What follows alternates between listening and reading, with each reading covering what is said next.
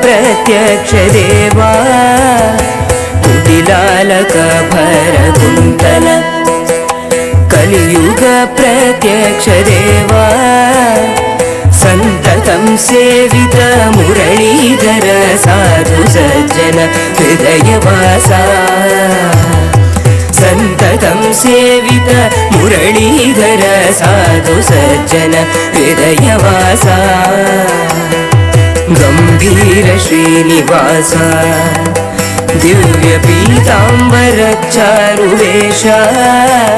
विशेष कटाक्ष प्रभावा दिव्यशेष गिरिनिवास विशेष कटाक्ष प्रभावा दिव्यशेष गिरिनिवास दिव्यशेष गिरिनिवास